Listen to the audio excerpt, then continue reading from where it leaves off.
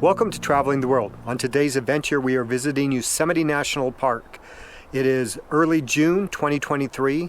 We are here during the floods, or so-called floods, of the park. You'll see that it's really not all that bad. The waterfalls are in full flow. Things are beautiful. I hope you enjoy the trip today. Let's have fun.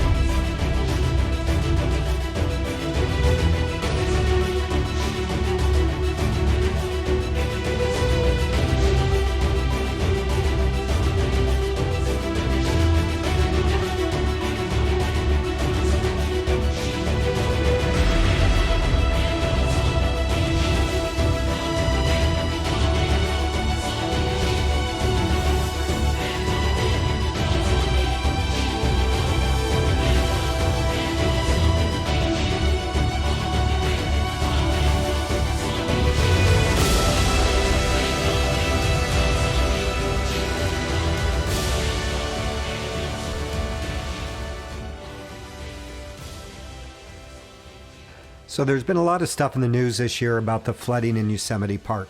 The park was actually closed several days this spring due to flooding.